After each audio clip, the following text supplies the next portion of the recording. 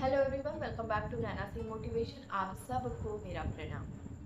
आज के इस वीडियो में हम जानने का प्रयास करेंगे कि श्रीमद् भगवद गीता के तीसरे अध्याय में हमें क्या सीखने को मिलता है। श्रीमद् भगवद गीता के तीसरे अध्याय में भगवान श्री कृष्ण अर्जुन को समझाते हुए कहते हैं कि कोई भी मनुष्य कर्म किए बिना नहीं रह सकता है। ये सृष्टि, ये पृथ्वी, ये जगत, ये संसार, आप जो भी कहिए, ये कर्म प्रधान है।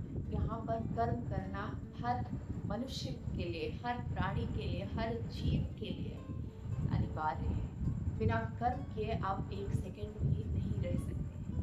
पर जो लोग ये मानते हैं कि ये जगत तो मोह है, ये जगत तो माया है, सब कुछ भ्रम है, तो फिर काम क्यों करें, किसके लिए करें और करने से मिलेगा ही क्या। तो यहाँ पर श्री कृष्ण भगवान यही भ्रम दूर करते हैं। वो कहते हैं कि कर्म करना अनिवार्य है, क्योंकि कर्म किए बिना मनुष्य कभी आगे नहीं बढ़ सकता है। बिना कर्म किए आप एक जगह पर ही खड़े रहेंगे, ना आप प्रगति कर पाएंगे, ना उन्नति कर पाएंगे, और अपना समय, अपना जीवन, जो मनुष्य शरीर मिला है, इसको बेवजह ही बर्बाद कर देंगे, अपना जीवन व्यर्थ कर देंगे।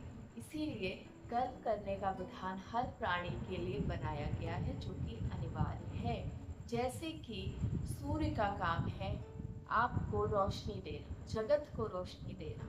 जैसे चंद्रमा का काम है रात में चमकना, तारों को प्रकाशमान करना। जैसे आग का काम है जलना, वैसे ही मनुष्य की प्रवृत्ति में भी है कर्म करना। मनुष्य का भी स्वभाव है कर्म करना। इसीलिए कर्म करना हर एक प्राणी के लिए अनिवार्य है, और हर प्राणी को चाहिए कि कर्म अपना कर्तव्य समझकर करे। भगवान श्री कृष्ण आगे कहते हैं कि मनुष्य को सिर्फ अपने लिए नहीं जीना चाहिए, दूसरों के लिए भी जीना चाहिए, क्योंकि जो सिर्फ अपने लिए जीता है वो स्वार्थी होता है, और जो अपने लिए पकाता है और सिर्फ अपने लिए ही खाता है वो पाप का ही भोजन खाता है और कुछ नहीं। उसमें पुण्य कहीं पर भी शामिल नहीं हो सकता। इसीलिए भगवान कहते हैं कि आप जो भी काम कर रहे हैं उसको सेवा समझ कर करिए। जो सिर्फ अपने लिए जीने का भाव रखता है और अपने लिए जीता है वो परजीवी होता है। पर सच्चा योगी कौन है? सच्चा योगी होने का लक्षण उसी मनुष्य में है जो सेवा भाव के साथ जीता हो। इसीलिए इसका एक माध्यम है कि आप जो काम भी कर रहे हैं वो उसे सेवा समझ कर करिए। जैसे कि एक हाउसवाइफ अगर घर में खाना भी बना रही है तो वो खाना बनाने को भी अपना सेवा धर्म माने। जो डॉक्टर है, जो व्यापार कर रहा है, जो पढ़ा रहा है, टीचर है, वो हर कोई अपना व्यापार, अपना काम, अपनी नौकरी सेवा समझ कर करे, तो उसका हर कर्म सेवा बन जाएगा और समाज के लिए बन जाएगा, जो कि कल्याणकारक होगा।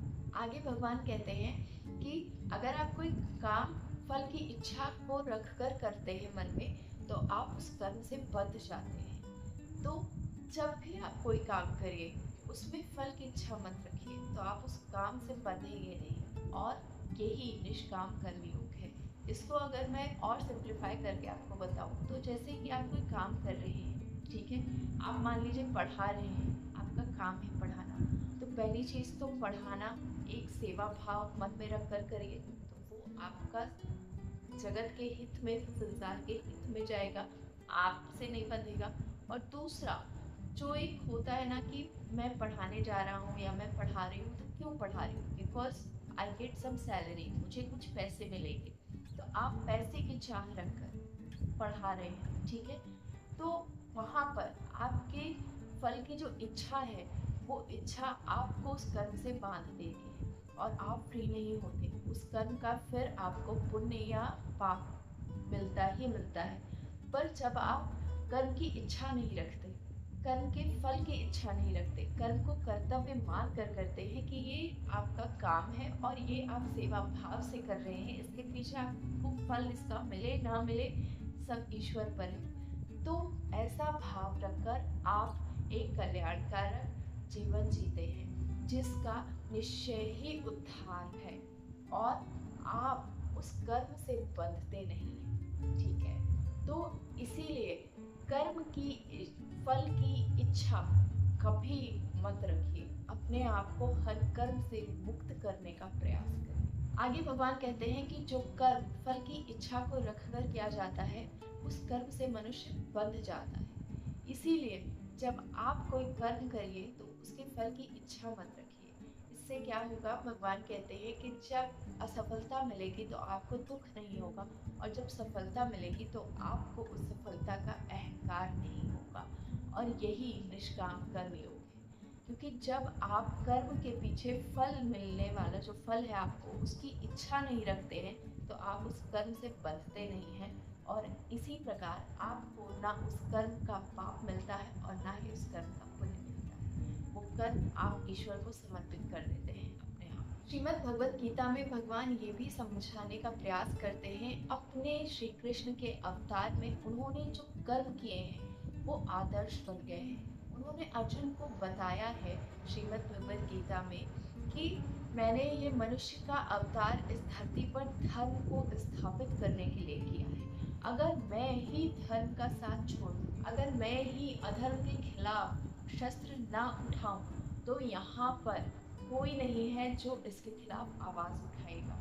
इसीलिए जब घोर कलयुग में हर मनुष्य अंधा हो चुका है, तब जाकर मुझे मनुष्य शरीर में अवतार लेना पड़ा है इस द्वापर युग में। तो ये श्री कृष्ण अवतार मेरा इसीलिए है कि मैं आगे आने वाली पीढ़ियों को, आगे आने वाले संसार को ये एग्जाम्पल सेट कर सकूं कि अपने लिए नहीं, धर्म के लिए आवाज उठाए। जो सही है उसके लिए लड़िए, क्योंकि आगे आने वाले संसार में बहुत कुछ ऐसा होगा जो गलत होगा, और वहाँ पर सहने वाला सबसे ज़्यादा उस गलत काम में भागीदार होगा। इसलिए जो सहता नहीं है, अपने लिए नहीं, अपने अधिकारों के लिए लड़ना ज़रूरी है। और साथ में भगवान ये भी बताने की कोशिश करते हैं कि अपने हर कर्म को आदर्श बनाना ज़रूरी है। आप कोई कर्म ऐसा मत करिए कि सामने वाला आपको ये कहे कि नहीं, ये ठीक नहीं। आप अपने धर्म के हिसाब से अपना हर कर्म कर्तव्य मान कर करिए, तो यकीन मानिए आपका कोई कर्म कभी गलत नहीं हो सकता, और वो दूसरों के लिए आदर्श बनेगा, ताकि दूसरे लोग भी आपको अपनी प्रेरणा मानकर उस पर चल सकें। तो कोशिश करिए कि अपने हर कर्म को व्यर्थ मत जाने दीजिए, उसको एक आदर्श बनाइए, उसको ऐसे करिए कि वो एक एग्जाम्पल सेट कर सके दूसरों के। देखिए, भगवान श्री कृष्ण कहते हैं कि कर्म ही पूजा है।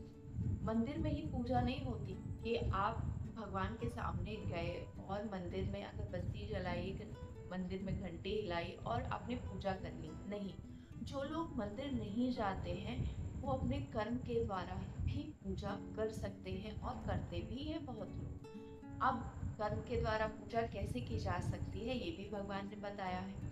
देखिए, अपने हर कर्म को स्वार्थ नहीं, निस्वार्थ भाव से करिए। आप जो भी काम कर रहे हैं उसके पीछे ना कोई फल की इच्छा हो और ना ही कोई स्वार्थ छुपा हुआ होना चाहिए, तब वो कर्म आपकी पूजा बन जाता है। और हर कर्म अपना कर्तव्य मानकर आप करेंगे धर्म के हिसाब से, तो आपका हर कर्म आदरणीय बनेगा, लोगों के लिए प्रेरणादायक बनेगा, और पूजा भी बनेगा। आपको स्पेशली मंदिर नहीं जाना पड़ेगा अपने आप को सिद्ध करने के लिए।